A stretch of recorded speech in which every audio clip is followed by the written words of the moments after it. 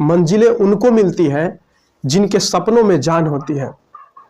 मंजिलें उनको मिलती है जिनके सपनों में जान होती है।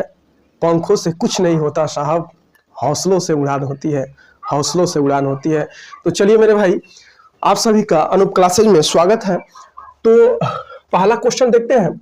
450, 1500 और 1650 का HCF है। चलिए मेरे भाई देखिए, HCF को आ रहा है ज्ञात करने के लिए। अब हम इसको कैसे हल करेंगे? देखिए, HCF होता है वो बड़ी सी बड़ी संख्या है जो दी गई संख्याओं को विभाजित कर दे। तो देखिए, अब विभाजित कर दे, 50 लेंगे मेरे भाई, तो देखिए 50 ये भी कट जाएगा, ये भी कट जाएगा, ये भी कट जाएगा। चलिए आगे चलिए, 200 देखते हैं मेरे भाई। 200 इस भी कट जाएगा, ये भी कट जाएगा, ये भी कट जाएगा, ठीक है ना। अब देखिए, दो ये तो कट जाए, देखते हैं इससे, देखते हैं 200 है तो इसको कटाइए, 450 मेरे भाई, आइए 200 है, कटाओ, 0 से 0 कैंसिल।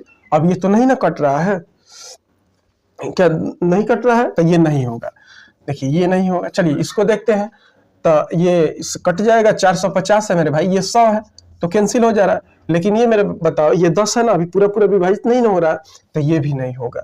अब देखिए ये, अब इसको देखते हैं। अब ये 15 ते 45 और 15 का ये कट जा रहा है मेरे भाई, ये कटा दे रहा है, ऑप्शन ये सही होगा, ये भी कटा दे रहा है। लेकिन ये बताओ, इससे ये छोटा है ना मेरे भाई, यह छोटा, ये तो दोनों नहीं होगा, और यह इससे छोटा, इसलिए ये नहीं होगा। तो ऑप्शन नंबर कौन सा? डी सही होगा। चलिए तो अगला क्वेश्चन देखते हैं। चलिए भाई देखिए, क्वेश्चन नंबर दूसरा कह रहा है कि राहुल के पास 6 सेंटीमीटर व्यास की एक ठोस धातु की गेंद है। वह इसे पिघलाकर एक ठोस बेलन बनाने के लिए उपयोग करता है। यदि बेलन का व्यास गेंद के व्यास के समान है तो बेलन की ऊंचाई ज्ञात कीजिए। देखिए इसको कैसे हल करेंगे, कोई भी एक तो चीज समझिएगा मेरे भाई, कि कोई भी चीज को पिघला करके और उसको दूसरी चीजें अगर बनाई जाती है तो इसका आयतन और उसका आयतन, दोनों के आयतन बराबर होता है, ये एकदम याद रखिएगा। तो चलिए अब देखिए, एक बार 6 सेंटीमीटर व्यास, तो त्रिज्या तो 3 सेंटीमीटर हो जाएगा। त्रिज्या r बराबर 3 सेंटीमीटर कैसे होगा? क्योंकि त्रिज्या व्यास की आधी होती है, तो जानते ही है। अब कह रहा है कि एक ठोस धातु की गेंद है, तो पहले गेंद का जो आयतन होगा, गेंद का आयतन बराबर बेलन के आयतन, बेलन का आयतन, क्योंकि इससे पिघला करके बेलन बनाया गया है, एक ठोस बेलन बनाया गया है, तो इसका आयतन और इसका आयतन आपस में बराबर होगा। तो इसका आयतन निकालेंगे तो 4/3 गेंद गोला का जैसा होगा, पाई r का क्यू मतलब 3 × 3 होगा मेरे भाई, बराबर बेलन का आयतन होता है पाई r²। देखो यहाँ पे कह दिया है, यदि बेलन का व्यास गेंद के व्यास के समान है, तो जब व्यास समान है तो त्रिज्या भी समान होगा, इसलिए पाई r² यानी 3 × 3 और गुणे मेरे भाई कितना हो जाएगा h। फार्मूले याद करना पड़ेगा तभी यह हल होगा। देखिए इससे ये कैंसिल, ये 3 से 3 कैंसिल, ये 2 3 से 2 3 कैंसिल, तो h बराबर कितना हो जाएगा? 4 सेंटीमीटर। अर्थात उस बेलन की ऊंचाई कितनी होगी? 4 सेंटीमीटर। देख लीजिए ऑप्शन कौन है? Option number B. अगर फार्मूले याद है तो आप इन क्वेश्चनों को तेजी से हल करेंगे। चलिए हम बता दे रहे हैं, देखिए गेंद का आयतन लिख भी दे रहे हैं। गेंद का आयतन, जब भी आयतन निकालेंगे ना, तो आयतन जो आता है हमेशा क्यूब में आता है, तो घन इकाई में आता है। तो गेंद का आयतन अर्थात गोला का आयतन 4/3 पाई r का क्यूब, घन इकाई, इसको गेंद के जगह गोला लिख दे रहे हैं मेरे भाई, ठीक। अब चलिए, गोले का आयतन 4/3 पाई r का क्यूब, घन इकाई, गोला का वक्र पृष्ठ या संपूर्ण पृष्ठीय क्षेत्रफल, ये मेरे भाई देखिए, गोले का वक्र पृष्ठ और संपूर्ण पृष्ठ दोनों का बराबर होगा, यानी 4 पाई r²। और क्षेत्रफल जब भी आएगा ना, यह ना वर्ग इकाई में आता है, किसमें? वर्ग इकाई में। चलिए गोला का याद रखिए, कहीं लिख लीजिएगा। चलिए यहां बेलन का लिख दे रहे हैं, बेलन का आयतन ये हो जाएगा पाई r²। h आयतन है तो घन इकाई में। बेलन का वक्र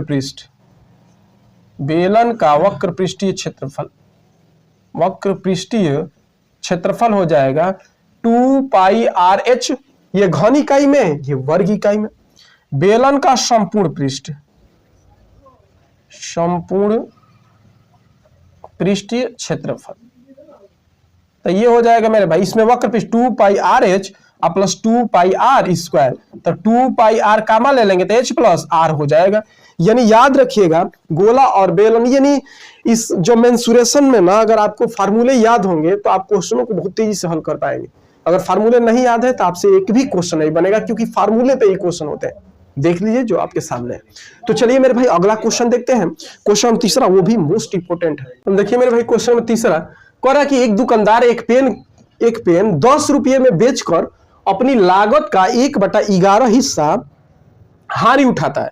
पेन का क्रय मूल्य ज्ञात कीजिए। अर्थात देखिए मेरे भाई 1/11 कह रहा है कि लागत का, यानी ये क्रय मूल्य ना 11 है मेरे भाई, क्रय मूल्य 11, तो ये 1 का हानि, यानी 11 रुपये अपनी लागत का, यानी 11 रुपये में खरीदा है और 1 रुपया हानि पर बेच दिया है। इसका मतलब कि सेलिंग प्राइस कितना हो जाएगा 10 रुपये। अरे ये नहीं, 11 रुपये में खरीदा है और 1 रुपया के हानि पर बेच दिया है 10 रुपये में। कह रहा है कि 10 रुपये में बेच कर अपनी लागत, 10 बराबर कितना होगा मेरे भाई 10, तो 1 बराबर 1 हो गया, इसका गुणा कर दीजिए 1 गुणे 11, तो कितना हो जाएगा मेरे भाई 11 रुपये। अर्थात उस वस्तु की लागत क रुपये हो जाएगी 11 रुपये। ऑप्शन नंबर 20 सही है। चलिए तो देखिए मेरे भाई ये क्वेश्चन को देखिए, कह रहा है एक कार 80 किलोमीटर की दूरी 20 किलोमीटर प्रति घंटा की चाल से और अगले 30 किलोमीटर की दूरी 30 किलोमीटर प्रति घंटा की चाल से तय करती है, तो इसकी औसत चाल ज्ञात कीजिए। देखिए अब इसमें क्या करेंगे मेरे भाई, औसत चाल बराबर क्या होगा, औसत चाल बराबर कुल तय की गई दूरी, अब बटा में तय करने में लगा कुल समय, यही ना होता है। तो तय की गई दूरी निकाल लीजिए, 80 किलोमीटर और 80 30 कितना हो जाएगा, 80 30 110 किलोमीटर हो गया।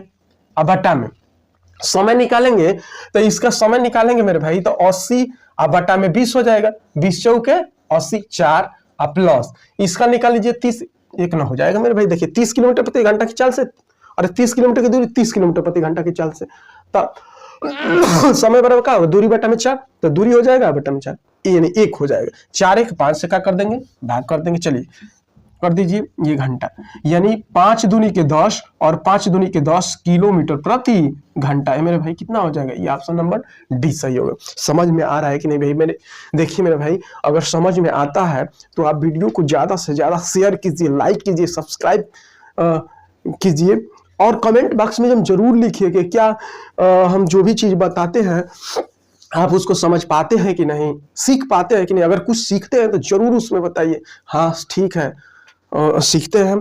और वीडियो को ज्यादा से ज्यादा मेरे भाई शेयर कीजिए। चलिए अगला क्वेश्चन देखते हैं, सॉल्व करते हैं। पहले ना जो भी क्वेश्चन हम बता रहे हैं पहले अपने मन से हल करने का प्रयास कीजिए, उसके बाद अगर नहीं आता है तो देखिए, पहले अपने मन से हल कर लीजिए कि देख लीजिए कि क्या आ रहा है। अब तक जो पढ़े हैं तो अपने आप को चेक भी कीजिए कि क्या हम अपने लगा पा रहे हैं, अगर नहीं लगा पा रहे हैं तो फिर देखिए। कर एक घनाभ का कुल पृष्ठीय क्षेत्रफल दे दिए इतना, यदि घनाभ की लंबाई और चौड़ाई, लंबाई 15 सेंटीमीटर और चौड़ाई 16 सेंटीमीटर है तो घनाभ की ऊंचाई ज्ञात कीजिए। ये मतलब देखिए घनाभ का कुल पृष्ठीय क्षेत्रफल, घनाभ का कुल पृष्ठीय क्षेत्रफल, ये आपको याद करना पड़ेगा। ये होगा मेरे भाई 2LB plus BH plus HL, ये होता है घनाभ का कुल पृष्ठीय क्षेत्रफल। इसी के बराबर कर देंगे तो 2L का मान कितना है मेरे भाई 15, और B का मान कितना है 16, तो 15 गुणे कितना हो जाएगा 16 प्लस 16 B गुणे H, तो H नहीं पता है तो H कर लेंगे, हो गया ना मेरे भाई। अब प्लस HL, यानी H गुणे L का मान कितना है 15, समझ पा रहे हैं। अब बराबर कितना, ये हो जाएगा 42, कोनो दिक्कत। चलिए इसको कटा दीजिए मेरे भाई, तो इसका गुणा कीजिए, 15 छक्का 90 के 0 और हाथ में लगा 9, अब 15 कम 15, 15 9 कितना हो जाएगा मेरे भाई 24, ठीक। 240 प्लस 16H मेरे भाई, ये 15H अब बराबर इसको कटा देंगे तो 2 दूनी के 4, 2 एकम तो 21 हो गया, कोनो दिक्कत। अब 16 35 31 H इजकल टू मेरे भाई 2100 माइनस 240, ठीक है ना, कोनो दिक्कत। चलिए यहाँ आ जाइए, तो 31 H इजकल टू कितना हो जाएगा 0 हो गया, और ये 10 में से 4 गया 6, और यहाँ कितना होगा मेरे भाई 10 में से 2 गया कितना हो जाएगा देखिए यहाँ बचा 10 में से 2 गया 8 मेरे भाई, और यहाँ 1, ठीक। अब कटा दीजिए 31 8 160, अब बटा में कितना हो जाएगा मेरे भाई 31, ठीक। 6 बार में देखिए, 6 बार में ये कैंसिल होगी, यानी 60, यानी H बराबर कितना हो जाएगा मेरे भाई 60 का सेंटीमीटर है तो 60 सेंटीमीटर हो जाए, ऑप्शन नंबर सी सही होगा। समझ में आ रहा है? ऐसे क्वेश्चन को इसी प्रकार हल करेंगे। चलिए तो अगला क्वेश्चन देखते हैं, जो कि बहुत महत्वपूर्ण क्वेश्चन है और ऐसे क्वेश्चन तो आपके परीक्षाओं में देखने के लिए मिलते हैं। चलिए तो अगला देखते हैं। देखिए मेरे भाई, इस क्वेश्चन को कह रहा है कि एक वृत्तीय बेलन की आधार की त्रिज्या 10.5 सेंटीमीटर है। यदि इसके पृष्ठीय क्षेत्रफल यानी वक्र पृष्ठीय क्षेत्रफल 792 सेंटीमीटर स्क्वायर है तो बेलन का आयतन ज्ञात कीजिए।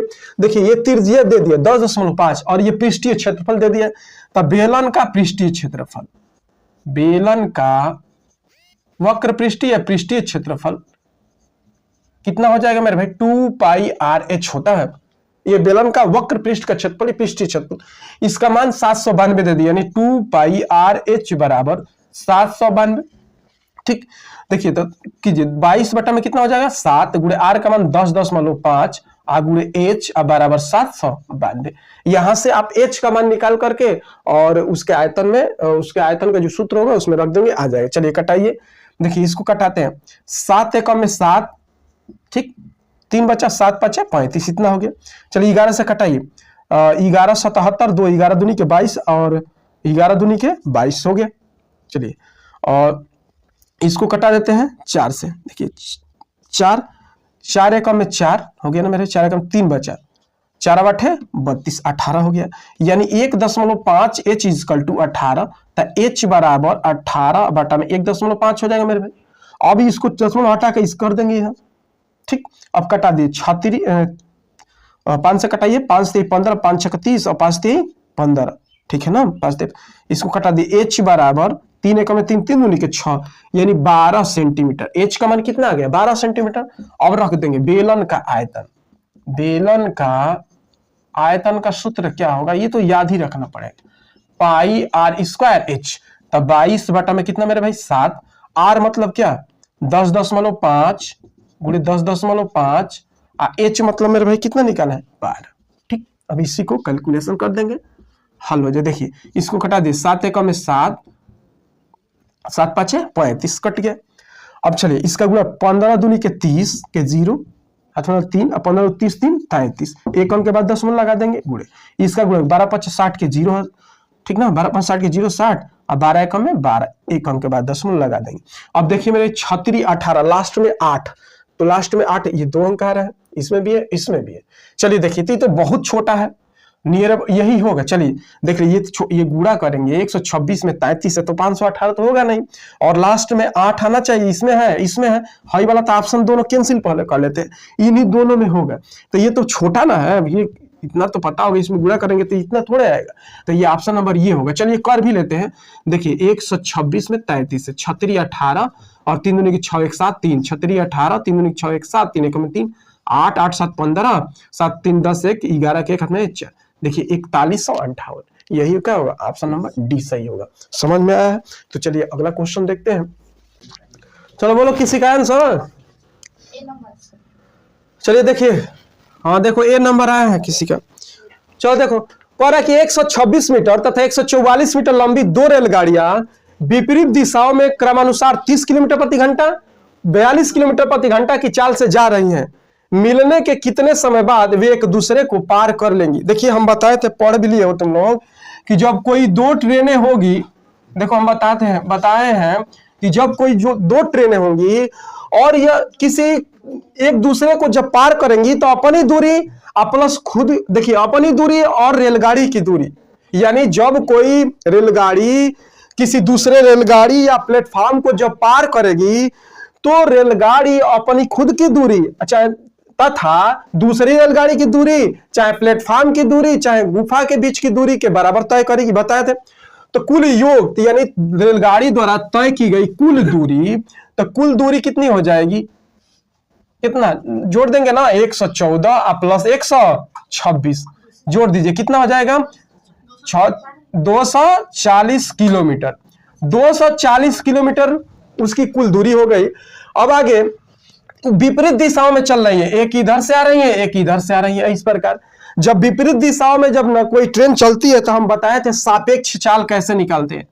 सापेक्ष चाल ध्यान दीजिएगा, जब विपरीत दिशाओं में चलेंगी ना तो चालों का योग होता है, और जब समान दिशा में चलेगी चालों का अंतर, तो चालों का योग करेंगे ना तो 30 किलोमीटर ये है, प्लस 42 किलोमीटर ना, कितना हो जाएगा, जोड़ दो, 2 और 4 3 7, 72 किलोमीटर प्रति घंटा, 72 किलोमीटर प्रति घंटा। अब इसको चेंज करो किसको, मीटर प्रति सेकंड में ना, तो 72 गुणे 5 बटा में 18, 18 चौके 72, यानी 5 चौके 20 मीटर प्रति सेकंड हो गया। क्योंकि देखिए ये किलोमीटर में है, मीटर में है ना, चलिए देखिए ये मीटर में था, ये भी मीटर प्रति सेकंड में आ गया। तो अब दूरी, अब क्या निकालना है, समय, तो समय बराबर जानते ही हो, दूरी 240 अब बटा में समय 20, यही ना होता है, कटा दीजिए, कितना हो जाएगा, 2 कम 2 2 दूनी की 4, 12 सेकंड, यानी ऑप्शन नंबर ए सही है। जिसका ऑप्शन नंबर ए है वो उसका आंसर सही है। तो चलिए मेरे भाई आज के लिए बस ये लास्ट क्वेश्चन है, हम लोग फिर मिलेंगे अगले दिन एक नए वीडियो में, और डेली नई वीडियो 8 से 9 बजे के बीच अपलोड हो जाता है। आप पहले इसको देख लीजिए कीजिए, 8 से 10 क्वेश्चन हम बताते हैं, 20 या 18 से 20 मिनट का बस वीडियो बनता है ये, तो आप देख लीजिए। अगर अच्छा लगता है तो लाइक सब्सक्राइब और शेयर कीजिए, और कमेंट बॉक्स में कोई भी दिक्कत हो, कोई कैसा भी क्वेश्चन आपको दिक्कत हो रहा है, आप कमेंट बॉक्स में लिखिए, हम वैसे ही क्वेश्चन अगले वीडियो में हम बनाएंगे। तो चलिए बस आज के लिए इतना ही।